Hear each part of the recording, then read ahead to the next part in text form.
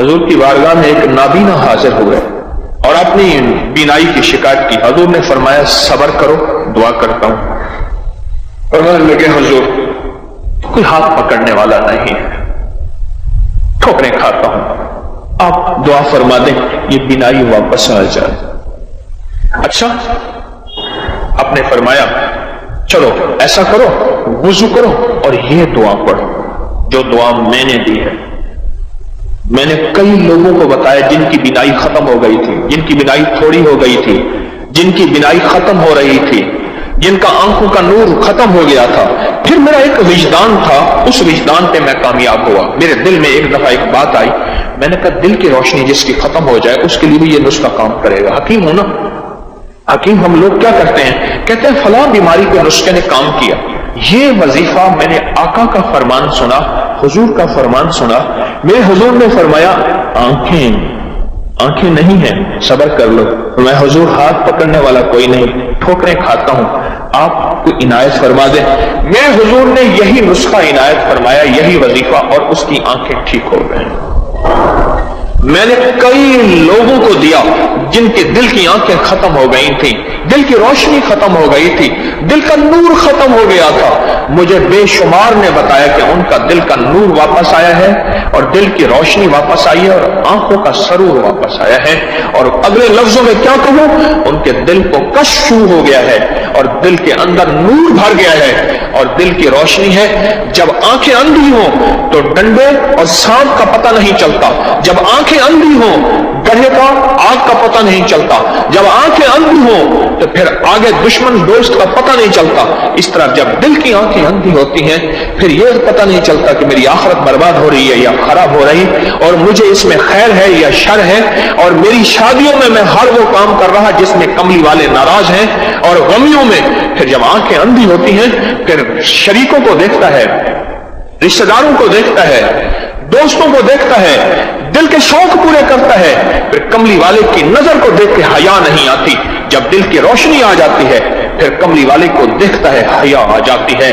پھر آنکھیں بھی چھپ جاتی ہیں اور سارے تدبیریں، سارے رواج، سارے شوق ٹوٹ جاتے ہیں. میں نے تو کئی لوگوں کو دیا یہ نسخہ. یہ فضائل درود، فضائل حج سے بتا رہا ہوں میں. صفحہ نمبر 165 ہے، حضرت شیخ الحدیث کی لکھی ہوئی کتاب ہے. اور مشکلات کے لیے انوکھی چیز ہے. کوئی مشکل ہو، کوئی مشکل ہو.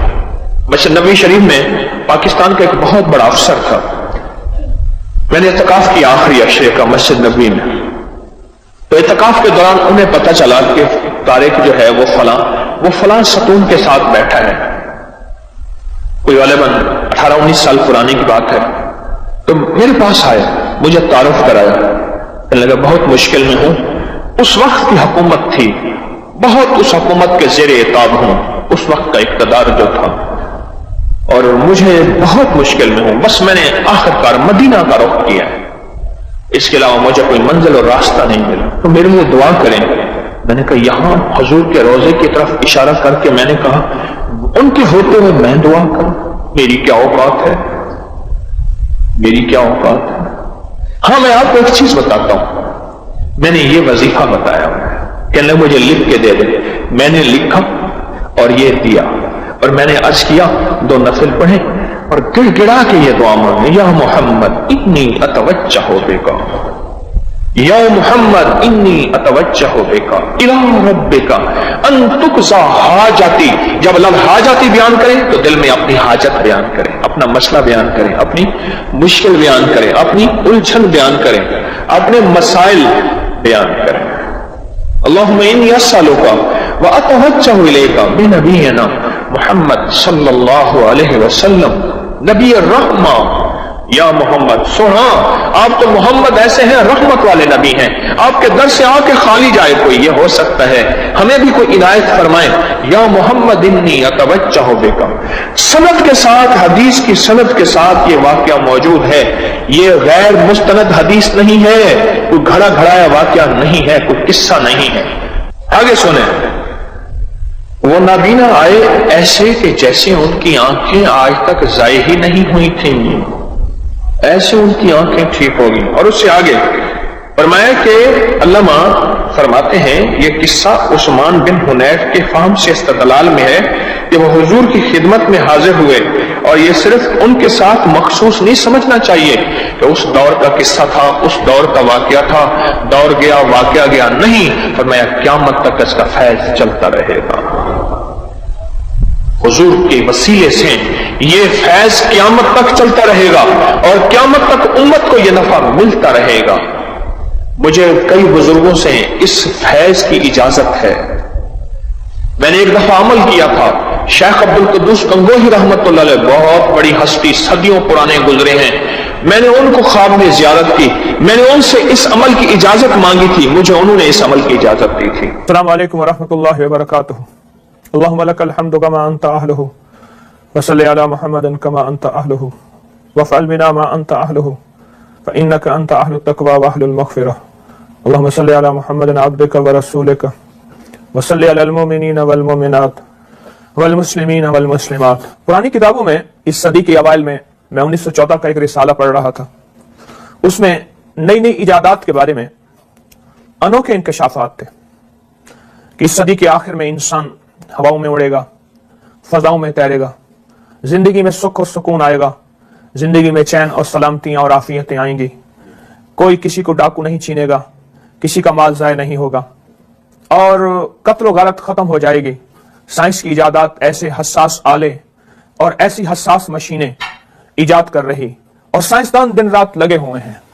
یہ کچھ الفاظ تھے ایسے جو مستقل مزاجی سے میں مستقل پڑھتا رہتا تھا۔ میں اس وقت چھوٹا تھا، میں سمجھتا تھا کہ آنے والے وقت میں زندگی میں چین ہوگا۔ میں اپنے والد صاحب رحمۃ اللہ علیہ کو دیکھا کہ وہ کتابوں کی دنیا کے آدمی تھے، وہ بھی یہ پڑھتے تھے اور اس کے تذکرے بھی ہوتے تھے۔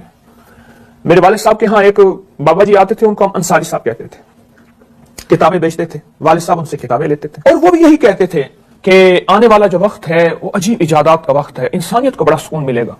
جو لوگوں کا استحصال ہے، ظلم ہے، اور لوگوں کی ظلمت کی کالی اندھیری رات ہے، یہ سب ختم ہو جائے گی۔ لیکن معاملہ تو اس کے برعکس ہوا، جو زندگی گزری اور جو حالات آئے اور سائنسی ایجادات بڑھتی چلی گئی، سکون تو غارت ہو گیا۔ کل کی ایک بات ہے، ایک بہت بڑا افسر میرے پاس آیا میری کلینک پہ، میں اس کے ہاتھ کو دیکھ رہا تھا، بار بار ہاتھ ایسے اٹھاتا تھا، پھر رکھتا تھا، پھر پلٹتا تھا۔ اس کی بیوی ساتھ بیٹھی کہہ رہی تھی یہ نفسیاتی عجیب و غریب حرکتیں کرتے ہیں، میں یا تو طلاق لے لوں یا اس سے جان چھڑوا لوں۔ گزٹڈ آفیسر، بہت بڑا افسر، اعلیٰ پوشاک پہنی ہوئی اس نے، اور زندگی اس کی بہترین لاجواب۔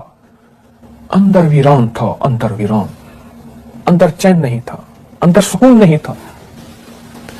جھونپڑی میں بیٹھا شخص اگر زندگی میں سکون آ جائے تو وہ تاج محل ہے، اور تاج محل میں مسحریوں پہ سونے کے تخت پہ بیٹھا، ہیرے جڑے، لیکن زندگی میں چین نہیں، تو وہ جھونپڑی سے ابتر نہیں بدتر ہے۔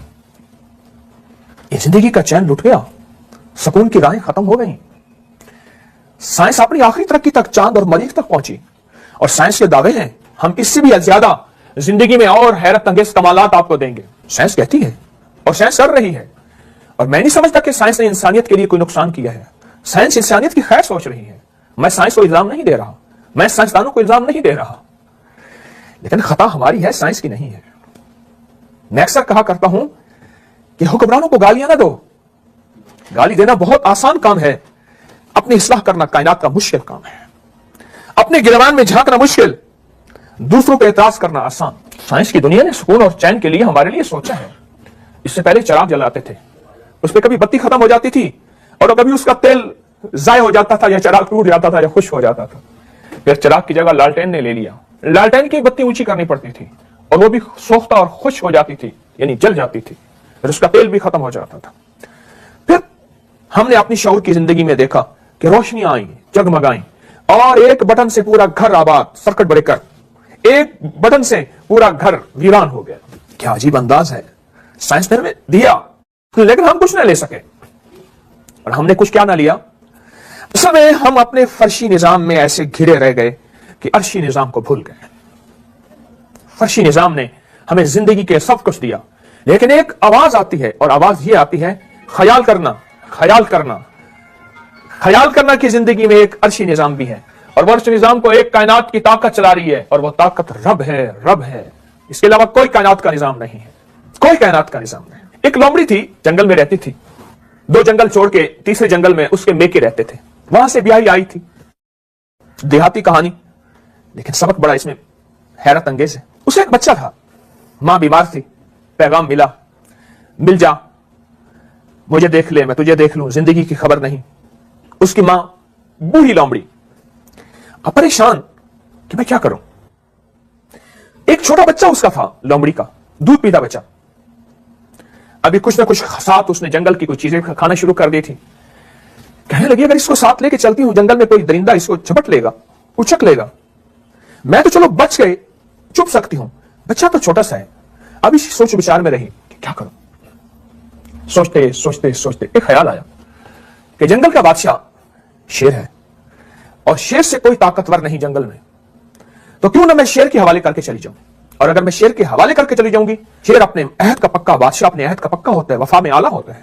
شیر کے پاس ڈرتی، سہمی، الجھتی چلی گئی، نیاز پیش کیا، سر آنکھیں جھکا کے کہنے لگی آقا میں اپنی والدہ کو ملنے جا رہی دوسرے جنگل میں، اور بچہ ہے چھوٹا سا، اس بچے کو میں کیا کروں، بچے کی حفاظت کا نظام کیا بناؤں، آپ ہی مجھے کوئی راستہ بتا دیں۔ شیر کہنے لگا تو پھر میں کیا کروں، کہ اگر آپ مہربانی کریں اس بچے کو اپنی حفاظت میں، اپنی تحویل، اپنی کسٹڈی میں لے لیں تو میں اپنے میکے میں چند دن رہ کے آ جاؤں گی، آپ کی شفقت مہربانی ہوگی، میری نسلوں کی حفاظت ہوگی۔ اور میں نے پورے جنگل میں آپ سے بڑھ کے کوئی ایسا شخص نہیں سمجھا، یعنی کوئی ایسا جانور نہیں سمجھا کہ جو میرے بچے کی حفاظت کر سکے۔ شیر کہنے لگا کوئی بات نہیں، یہ میری طاقت کو چیلنج ہے، میں اپنی حفاظت کا نظام بنا کے دکھاؤں گا، اس کو چھوڑ جاؤ یہاں، اور میں اس کی حفاظت کی ترتیب بناؤں گا۔ اور پھر کچھ دیر بعد سوچتے سوچتے کہنے لگا ہاں مجھے سمجھ آ گئی ہے، میں ہمیشہ اس کو اپنے سر پہ بٹھاؤں گا اور یہ میرے سر پہ بیٹھا رہے گا، غذا بھی دوں گا، خوراک بھی دوں گا، حفاظت بھی دوں گا، اس کو اپنے بچوں کی طرح پالوں پوسوں گا۔ اور شیر نے اس بچے کو پیار محبت سے اپنے بازو میں لیا اور لومڑی خوش ہوئی، یہ میری حفاظت کا نظام بن گیا، اور خوشی خوشی حسرت کی نظروں سے اپنے بچے کو ایسے دیکھتے دیکھتے جنگل میں جھاڑی میں چھپ گئی اور اپنی ماں کے ہاں جانے لگے۔ یہ دن اس نے اپنی ماں کے ہاں گزار لیے، واپس خوشی خوشی آئی، بچے کی یاد بھی آ رہی تھی، ماں بھی صحت یاب ہو گئی تھی، آنکھیں بھی ایک دوسرے کے ساتھ مل گئی تھی، ماں کی آنکھیں ٹھنڈی، لومڑی کا دل اور آنکھیں ٹھنڈی۔ اور جب واپس آئی شیر کے ہاں حاضری دی، سر جھکا کے سلام نیاز عرض کیا اور کہنے لگی آقا میری امانت مجھے لوٹا دیجیے۔ وہ شیر جو اس سے پہلے جس سے کوئی نظر ہی نہیں ملا سکتا تھا، وہ شیر جنگل کا بادشاہ تھا، وہ شیر جس کی گرج اور دھاڑ سے جنگل کے بڑے بڑے جانور ہاتھی جیسوں کے دل ٹوٹ جاتے تھے، دہل جاتے تھے، پھٹ جاتے تھے۔ وہ شیر جب پانی کے چھلکے میں جاتا تھا سب دوڑ بھاگ جاتے تھے۔ اس شیر کی ہیبت، اس شیر کی وحشت، اس شیر کی آنکھ، محاوروں میں، ایڈیمز میں، اس شیر کی طاقت شکاریوں کی زندگی میں اور شعراء کے شاعروں میں، ان کی رباعیوں میں، ان کی غزلوں میں۔ آج وہی شیر ہے جو لومڑی کے سامنے سر چکائے بیٹھا ہے، آنکھیں نہیں اٹھا رہا۔ لومڑی بار بار کہہ رہی ہے آقا میرا بچہ لوٹا دیجیے، کہاں ہے، میں آپ کے سر پہ اپنا بچہ نہیں دیکھ رہی۔ شیر کی تھوڑی دیر کے بعد آنسو بہنے لگے، اس کی آنکھیں نمناک ہوئی۔ جنگل کے درندوں نے اور آسمان نے کبھی شیر کو روتے نہیں دیکھتا، رلاتے دیکھا ہے۔ شیر تو رلاتے دیکھتا ہے، رلاتا ہے۔ یہ اردو ادب کی طرف ایک بات تھوڑی سی آئی، غزل کے کیا معنی ہے؟ غزل لفظ غزال سے نکلا ہے، اور غزال کے معنی ہے ہرن کی وہ چیخ جب شیر اسے شکار کرتا ہے اور اس کی دردناک ایک چیخ نکلتی ہے، آہ نکلتی ہے، اس کو غزل کہتے ہیں۔ غزال کے معنی ہرن ہے۔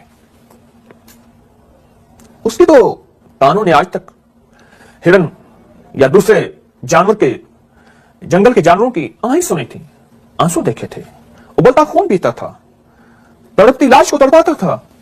آج اپنے آنسو بہا رہا، اور آنسو بہانے کے بعد کہتا ہے میں تم سے شرمندہ ہوں۔ کیا مطلب؟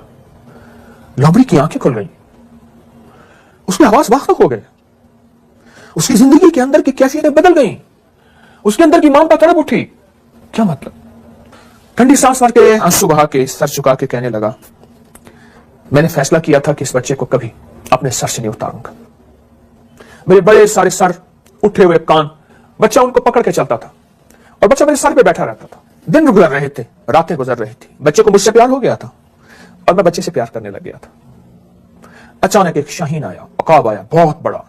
اس نے بچے کو دیکھا، چھوٹا سا معصوم بچہ، اور میں اس وقت بیٹھا تھا، کچھ اونگ گیا تھا اور بچہ میرے سر پہ بیٹھا ہوا تھا، اور شاہین بچے کو جھپٹ کے ہوا اور فضاؤں میں چلا گیا. جب میں نے محسوس کیا بچہ میرے سر پہ نہیں ہے، میں نے دیکھا تو چیختے چلاتے بچے کو شاہین کے پنجوں اور چونچوں میں اور سر جھکا کے شیر نے ایک سبق دیا.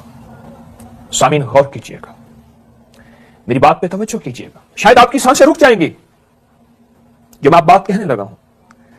ہاں، اور آپ کے دل کی دھڑکن تیز ہو جائے گی جو میرے بول اس وقت اٹھنے لگے ہیں،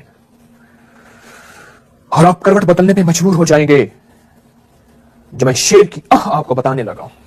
شیر کہنے لگا، میں جنگل کا بادشاہ ہوں، میں جنگل کے درندوں سے لڑ سکتا ہوں، میں فرشی نظام پہ طاقت اور اپنی قوت اور اپنا اقتدار جما سکتا ہوں اور ہے، پر فضاؤں اور ہواؤں کے اور آسمان کے نظام سے میں نہیں لڑ سکتا.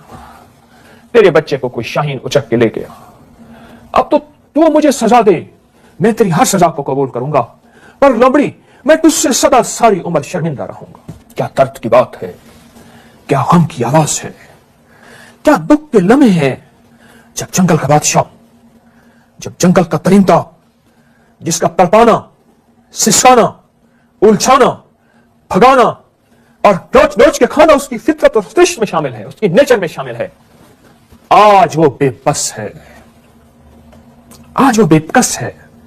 وہ زمین کے نظام سے لڑ سکتا ہے جس میں فرشی نظام کہوں گا، وہ عرشی نظام سے نہیں لڑ سکتا، وہ عرشی نظام سے نہیں لڑ سکتا. بھول ہے میری آپ کی، بھول گئے، غلطی کے نظام میں چلے گئے. ارے دنیا میں ایسے بسے، مشینی زندگی میں مشین بن گئے، اور دنیا کی زندگی میں ایسے گھسے، ایسے بسے کہ اولاد کو وقت دینا بھول گئے، بیوی کو زندگی کے لمحوں میں اس کو دیکھنا بھول گئے، اور ماؤں کو ٹائم وقت دینا بھول گئے. ہم خود مشین بن گئے، ہم خود مشین بن گئے. ہوئے اس قدر مہذب، کبھی گھر کا منہ نہ دیکھا، کٹی عمر ہوٹلوں میں، مرے ہسپتال جا کر. ہم خود مشین بن گئے. لیکن سامعین، آج کے مشینی دور میں میرے مدینے والے نے ہمیں تنہا نہیں چھوڑا. سبحان اللہ، حضرت محمد صلی اللہ تعالی علیہ وسلم نے کبھی تنہا نہیں چھوڑا. یہ دین کامل، یہ زندگی کامل، یہ نظام کامل. ارے سائنس اپنی آخری حقیقتوں پہ پہنچ جائے، آئے گی مراقبے پہ، میڈیٹیشن کے نام پہ، ہاں آئے گی روحانیت پہ، پیرا سائیکالوجی کے نام پہ اور اسپرچولیٹی کے نام پہ آئے گی. سائنس لوٹ آئی ہے، سائنس خوابوں پہ ریسرچ کر رہی ہے، سائنس روحانیت کو دیکھ رہی ہے، سائنس اسٹرالوجی اور پورے نظام کے ہسٹل ورلڈ کو، عالم لاہوت، عالم ملکوت، عالم مکان کی طرف توجہ کر رہی ہے. سائنس بے بس ہو گئی ہے. سائنس نے دیا ہوا جو معاشرہ ہے اس میں انگزائٹی پائی ہے، اس میں ٹینشن پائی ہے، اس میں اسٹریس پایا ہے، اس میں جھنجھلاہٹ پائی ہے. آپ کو علم ہے کہ خودکشیوں کی شرح بڑھ گئی ہے. ذرا چپکے سے آپ آنکھیں بند کیجیے.